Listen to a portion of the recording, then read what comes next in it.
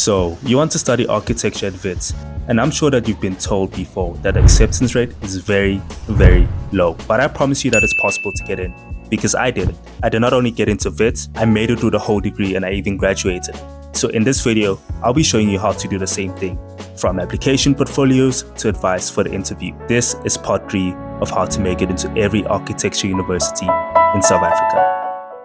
Okay, so my name is Khongelani and I'm the host of this show, and I'm going to be telling you about how I applied and got into Wits University. So this was in 2021, in the middle of COVID, and I'm not going to lie, that whole year was so weird. Like, school felt like a ghost town. Then remember when we have the different stages of load shedding, like other days you'd stay at home, and other days you'd be allowed to go to campus. So it was a very eerie period of time. And it's so hard to think that it was actually 5 years ago. But anyways, so we were writing our prelim exams for matric. And that whole week I was actually busy with the visual arts prelim, which was a 24-hour exam carried out over 4 days. So each day we'll have 8 hours of doing our art until the final day, which was probably on a Thursday. So basically that whole week I was free to actually focus on stuff after school. Didn't have to worry about homework or any sort of assignments. So I feel like I had ample time to actually do everything. So I already told you about the fact that I took visual arts. Then other subjects that I took was history, physical science, pure maths, Afrikaans, and English. LO as well. We all take LO. It's very hard to think about a way that those subjects directly helped. Visual arts, of course, is probably the most crucial in terms of technical skills, like when it comes to drawing floor plans, when it comes to drawing perspectives. I really believe those subjects were very helpful. History was very important in terms of understanding the world that we live in. I think when it comes to architecture, you really need to know what's going on, not only what's going on presently, but what has happened in the past. And I think having that sort of critical understanding of the world really enables you to design architecture that is socially responsible. Then when it comes to physical science, that was a subject that was very helpful with calculations for the mathematics component and also later on the civil engineering component of architecture. Then when it comes to my performance, I was an A to B student. I believe I got 3 distinctions in high school. Then the rest of my marks were 70, like I think maths was above 70. The only 2 things which under 70% was probably Afrikaans. Physical science, I believe it was like a 66% or something, but my overall was quite high, but it was in the mid 70s. One thing I've noticed is that the assignments haven't really changed much in terms of the activities that they expect you to do. So when I applied in 2021, the first task was to actually create a story about a world that we've imagined. That at the center of the story was an artifact, an object that we had to talk about. Like, that object supposedly had magical powers that actually kept the world in order. So the first task was actually writing an essay of that object. Then the second task was actually creating it.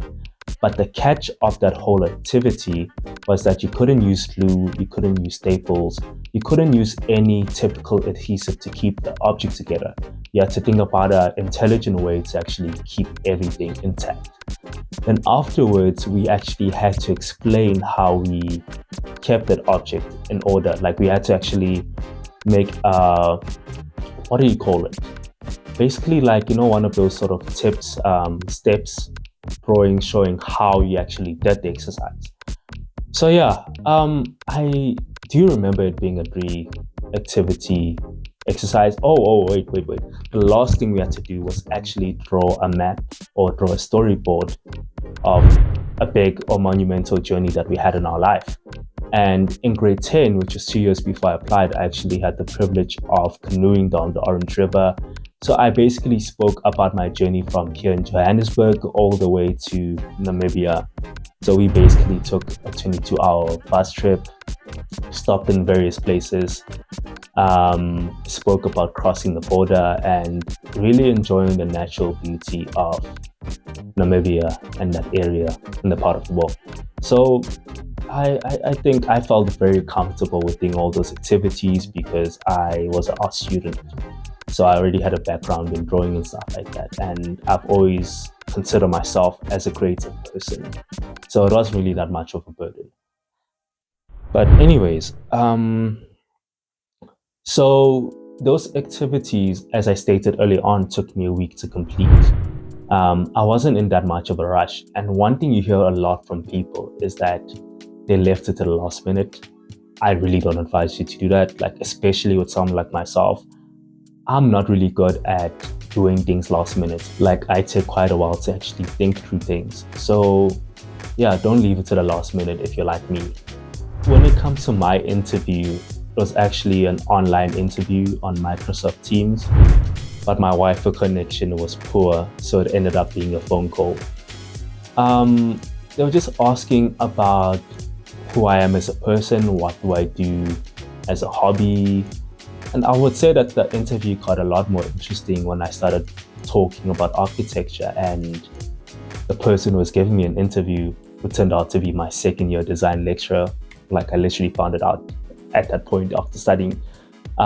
We had a good conversation about like how everything is. I like thinking about interviews like you're going on a romantic date with someone. And if you go out on a date trying to impress that person, trying to be fake, trying to be flamboyant, you know that you're going to do badly because you can only pretend to be someone that you're not for so long before the truth actually comes out. Like, it's actually so funny when you see someone use all these big terms and fancy words and you just think to yourself, this person doesn't talk like that in real life. I feel like we as human beings are very good at sensing when someone is being fake. So I would advise that you actually still remain as a respectful person, still acknowledge that the environment is formal and you need to present yourself in a formal way.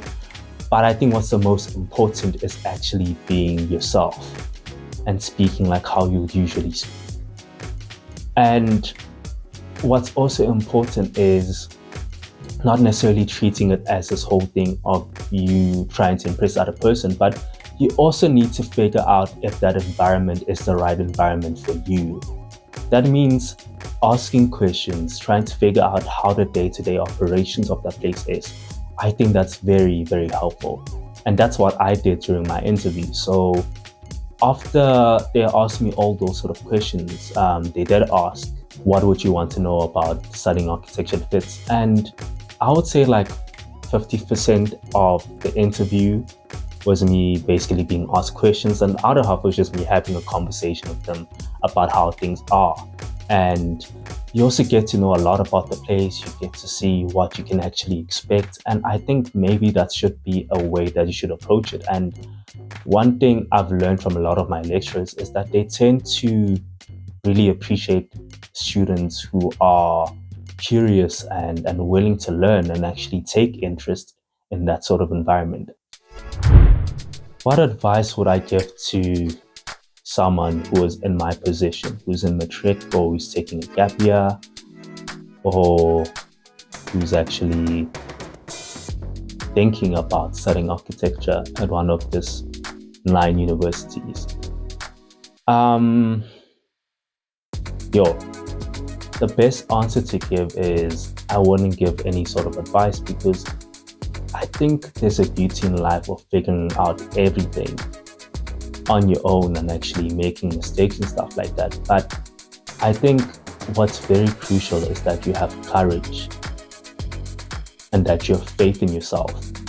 Because I think a lot of us live life in quite a scared way that we're afraid to take risks. Of course, I'm taking risks that make sense. Don't do something stupid. But I mean, you have to be free and have courage to actually go out there and be yourself. And I think what's also very important is social skills. You mustn't be afraid to talk to people. You mustn't be afraid to actually be authentic and genuine. And I think if you're always willing to improve and get better and be open to criticism, your whole experience will be far, far easier. And also, dude, please sleep. Like this whole thing of like wasting time, being unproductive, and spending 4 or 5 hours just sleeping because you didn't use your day effectively isn't a good thing. Take care of your health. Really take care of your health. Go to gym, eat healthy. It really makes your life better. So that's what I'll tell myself. So if you're interested in getting help with your application process, be free to DM me on Instagram at Khongelani, and I'll be only helping 20 students. So if you want help from me, subscribe to the channel, follow me on Instagram, and actually DM me and say hi. I can actually see you subscribe. So yeah, do it right now. So I hope that you enjoyed this video. If you want to find out how to make it into the University of the Free State, please click on the next video on the right.